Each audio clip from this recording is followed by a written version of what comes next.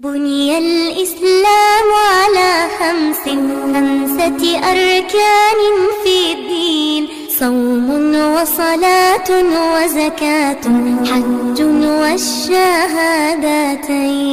السلام علیکم مفتی صاحب. وعلیکم السلام ورحمۃ اللہ. پہلا سوال یہ ہے کہ بال کیسے رکھنے چاہیے؟ بسم اللہ الرحمن الرحیم. آپ نے بہت اچھا سوال کیا ہے کہ بال کس انداز سے رکھنے چاہیے. شریعت نے بالوں کے بارے میں ان کی کوئی خاص وضع، خاص طریقے سے تراش خراش کو خاص اس کی صورت تو متعین نہیں کی. آپ صلی اللہ علیہ وسلم سے زلفیں رکھنا بھی ثابت ہے، اور آپ صلی اللہ علیہ وسلم سے یہ بات بھی ثابت ہے کہ آپ نے حلق کروایا، بالکل سر کے بال منڈوا دیے. اب اس سے ہمیں یہ بات پتہ چلی کہ دونوں چیزیں جائز ہیں، بال منڈوا لینا بھی اور زلفیں رکھنا بھی. اور ایک تیسری بات یہ بھی پتہ چلی کہ بال منڈوانے کے بعد جب بڑے ہونا شروع ہوں گے تو زلفیں بننے تک درمیان کی جو سائز ہوں گے بالوں کے تو وہ بھی جائز ہے. البتہ شریعت نے بالوں کے بارے میں کچھ حدود متعین کی ہیں، کچھ پابندیاں لگائی ہیں جن کی پاسداری ہر مسلمان کے ذمہ لازم ہے.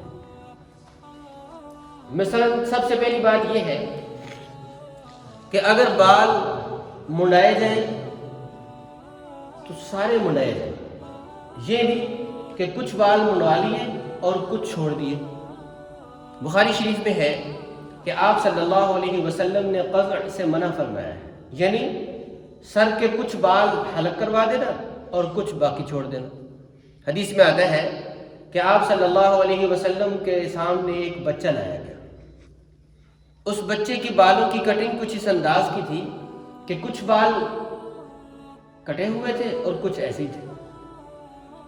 جیسے کہ آج کل ہمارے ہاں مختلف کٹنگز کے انداز، اس کے سٹائل مشہور ہیں، تو آپ صلی اللہ علیہ وسلم نے اس سے منع فرمایا اور فرمایا کہ اگر اس کے بال مونڈنے ہیں تو سارے مونڈو اور اگر چھوڑنے تو سارے چھوڑو. تو پہلی چیز یہ ہو گئی.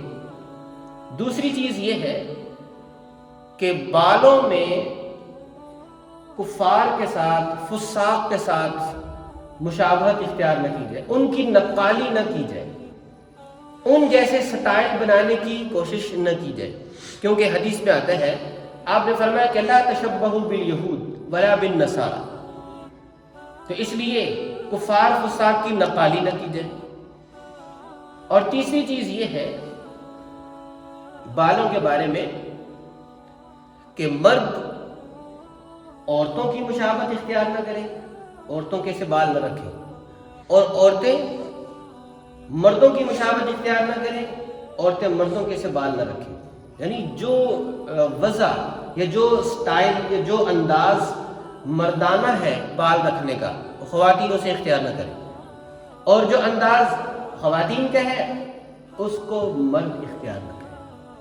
اس پہ حدیث میں بہت سخت وعید ہے. حدیث میں ہے کہ لعن نبی صلی اللہ علیہ وسلم المتشبہین من الرجال بالنساء، کہ آپ صلی اللہ علیہ وسلم نے ایسے مردوں پہ لعنت کی ہے جو عورتوں کی مشابہت اختیار کرتے ہیں. والمتشبہات من النساء بالرجال، اور ایسی عورتوں پر لعنت کی ہے جو مردوں کی مشابہت اختیار کرتے ہیں. اور آپ کو معلوم ہونا چاہیے کہ لعنت کا مطلب ہوتا ہے رحمت الہیہ سے محروم ہو جانا. تو یہ چیز پیش نظر رکھی جائے. چوتھے نمبر پر یہ اگر کسی کے بال ہوں، بڑے ہوں، تو وہ انہیں صاف ستھرا رکھیں، تیل لگا کے رکھیں، اور بوقت ضرورت کنگھی بھی کرے، کیونکہ حدیث میں آتا ہے کہ من کان لہ شعر فلیکرم، کہ جس نے بال رکھے ہوئے ہیں تو وہ بالوں کا خیال رکھے. لیکن کنگھی کرنے میں، بالوں کی دیکھ بھال میں اتنا زیادہ مشغول ہو جانا کہ پتہ چلے کہ ایک قسم کا تکلف ہی اس نے تو اپنا رکھا ہے، یہ بھی درست نہیں. حدیث میں آتا ہے، حضرت عبداللہ بن بریدہ رضی اللہ تعالیٰ عنہ کہتے ہیں کہ آپ صلی اللہ علیہ وسلم نے ہمیں نہا عن کثیر من الارفاہ، بہت زیادہ عیش پرستی سے بھی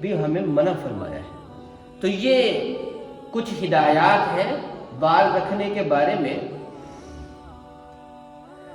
اس میں ایک اصولی بات یہ بھی ذہن میں رکھنی چاہیے کہ علاقے کے جو نیک لوگ ہیں، علماء ہیں، صلحاء ہیں، جن کو لوگ احترام کی نگاہ سے دیکھتے ہیں، تو جیسے انہوں نے اپنی وضع قطع رکھی ہو شریعت کے مطابق، تو ایسے ہی عام لوگوں کو بھی چاہیے کہ وہ بھی پھر اپنی وضع قطع ان جیسی اپنائیں۔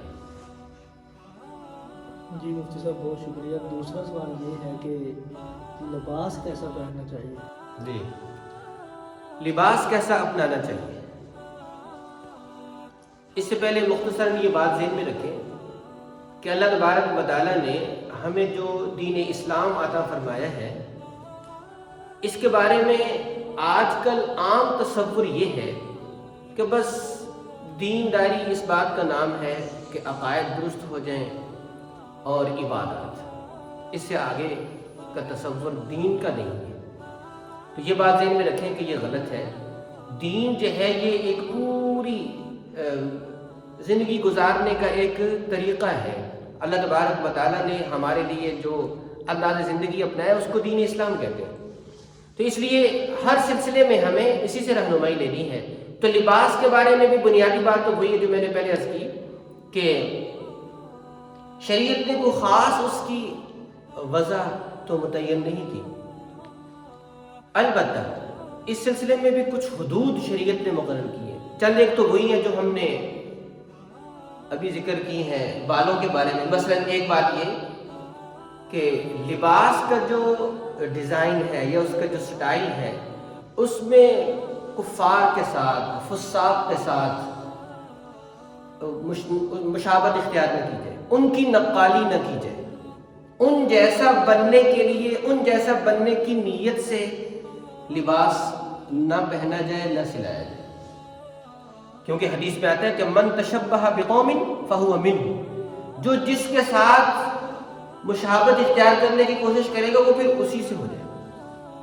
ایک بات یہ۔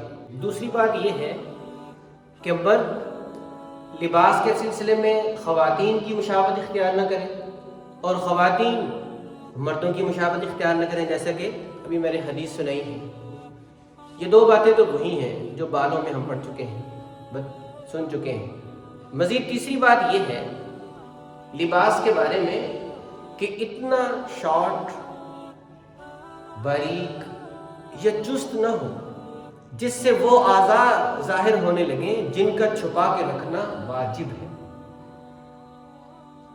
چوتھی بات یہ ہے لباس کے بارے میں کہ مرد کے لیے خالص ریشم کا لباس پہننا حرام ہے، حدیث میں اسے منع کر دیا گیا۔